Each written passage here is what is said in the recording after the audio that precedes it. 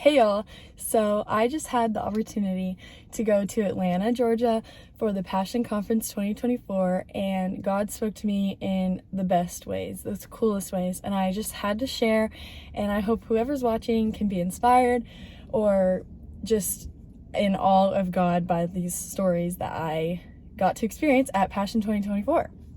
So, if you don't know what Passion Conference is, it's a really cool Christian conference for people of the ages 18 to 25. And there's the best of the best worship leaders, there's the best of the best pastors and speakers there that we got to hear from. God was felt by so many people, and his presence was definitely there for everyone that was there, and I'm so glad I got to go. I got to go with my best friend from college and her hometown friends. I knew a lot of other people there too. So there were 55,000 people there in attendance, represented by 72 different countries and 1,200 different college universities.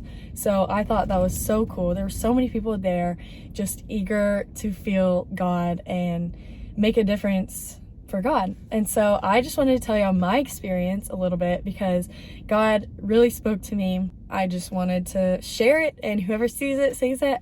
And yeah, so while we were there were seven different Christian speakers there, which were awesome. I highly recommend y'all to go back and watch it. Just look it up, Passion Conference 2024, and y'all can watch the whole thing. And in between each speaker there was worship from amazing singers, and it was just the best. And God spoke to me in the coolest ways during worship in two particular ways. So let me preface one of the stories. So a few years ago, I was listening to a podcast.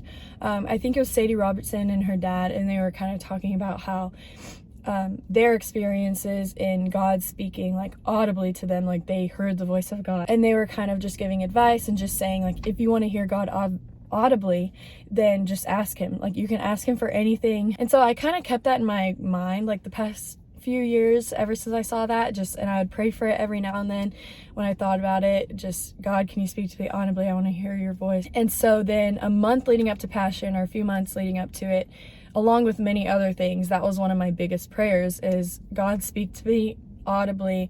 Like, I want to hear your voice. So during one of the worship songs, it was the coolest thing. So the worship leader just was leading us, and it was kind of in a break in between like the songs, and she was just kind of saying, like, God is going to speak to y'all, just listen, respond, like, be available for him, like, be willing to listen to his voice and stuff like that.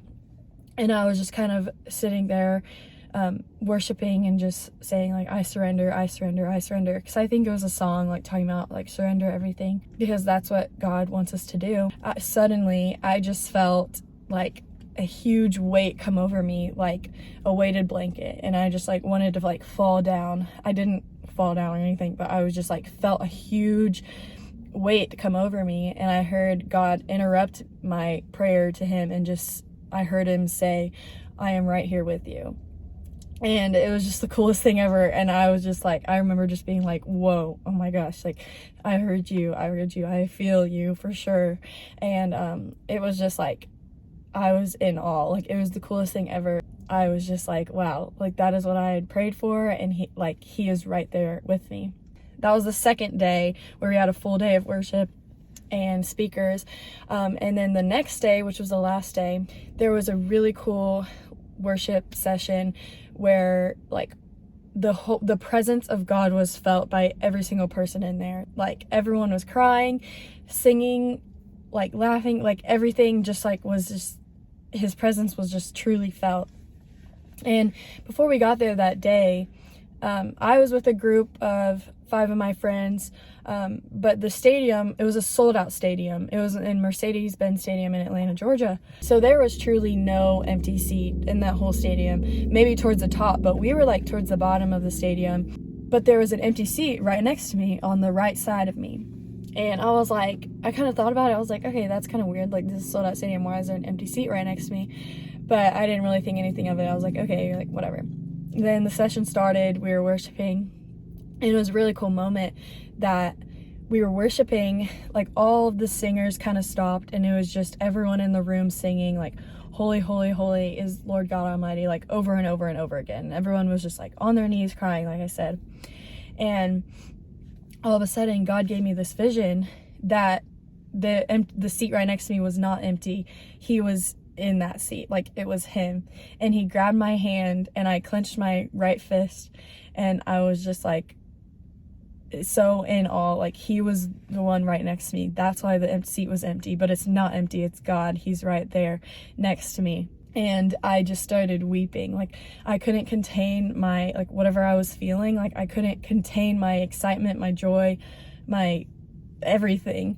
I just started weeping, and it was like the craziest thing, because he was right there with me, and it just made me realize, like, that's how he is in everyday life. He told me, I am right here with you. And then he physically, well, he gave me the vision that he was holding my hand, and that he was right there, and he was never leaving me.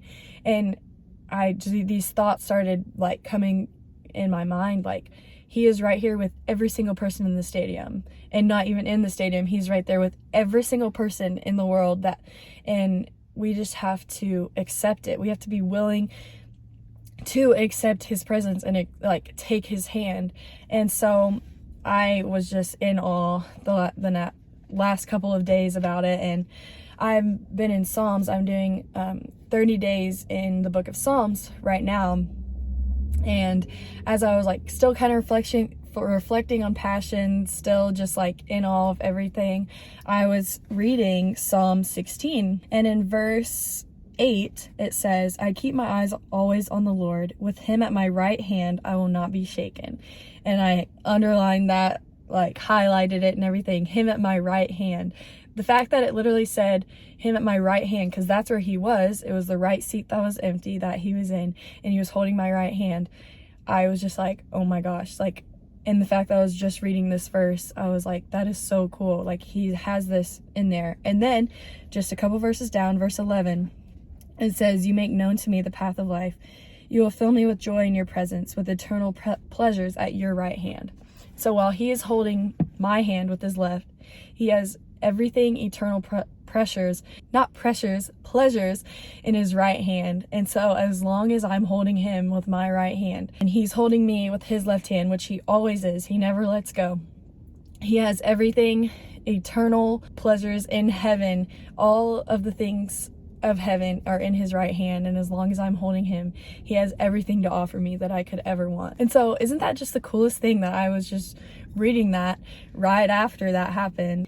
Then I was like, let me look up some verses and just see if it has anything else about him holding hands or whatever. So I looked it up, and I actually saw a lot of different verses that specifically talks about holding your right hand, with him having things in his right hand or whatever. And so in Psalm 73:23, it says, yet I am always with you. You hold me by my right hand. Like, what? Isn't that so cool? And it says, you guide me with your counsel, and afterward you will take me into glory. Like, it literally physically says you hold me with my right hand, not my left, not just a hand. It says my right hand. And I was like, okay, like, how could you not believe that that was from God? And I just thought that was so cool, and that was only from God, that it physically says my right hand, because that was the hand that he was holding. And I was just like, wow, God, I hope I never forget. I know I will never forget this vision that he gave me.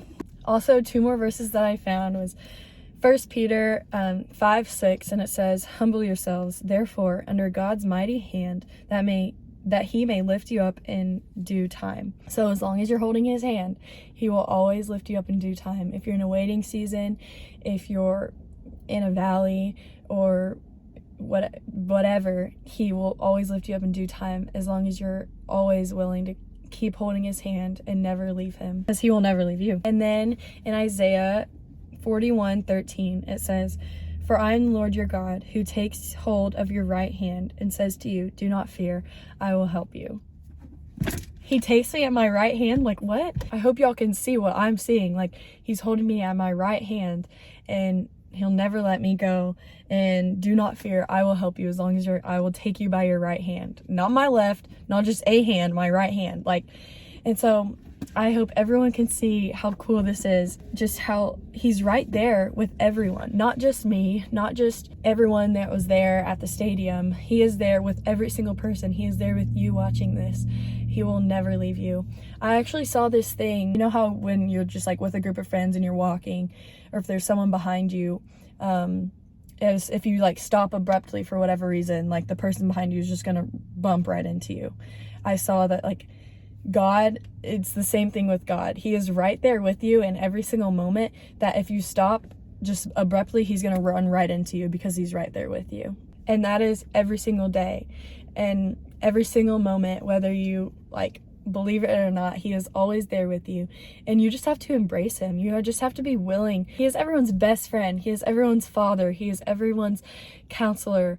And all you have to do is be willing to accept him into your heart and to let him guide you, because he will. You will feel his presence. You can hear the voice of God, and he will give you those moments where he lets you know that he is there, because he always is. And he has everything already laid out for us in our future. He has our whole future planned out for us. One of the messages that we were listening to in Passion, it says, sorry, I'm going through my notes. It says, there are 6,779 cross-references in the Bible from when there was a prophecy in the Old Testament to when it actually happened. 6,779 times. And that is the same thing for our life. As soon as we were knit in our mother's womb, he knew every single thing that was going to happen in our lives. He planned out every single thing, and he knows exactly when everything's going to happen, exactly what school you're going to go to, exactly what job you're going to have, exactly who you're going to marry. And all you have to do is just take his hand and let him lead you wherever that is, because there's nothing that you can do that can mess it up, as long as you're always with him and you choose to let him be the leader of your life. And so for whoever is watching this applies to you. This applies to your friends. This applies to your whole family. This applies to every single person. And I hope that you are inspired and that you can take a little bit of my experience and a little bit of my encouragement and let it lead you into this week, into this year, and I hope that you can take him at your right hand and let him guide you, because I will. And if you have any questions, just comment or reach out to me or whatever. God is just the coolest God, and he is so cool that he is my best friend, also my father, also my counselor. Anyways, I hope that this inspires you. You can send it to your friends, inspire them. But yeah, I hope you enjoyed this video, and yeah, thanks for watching. Bye.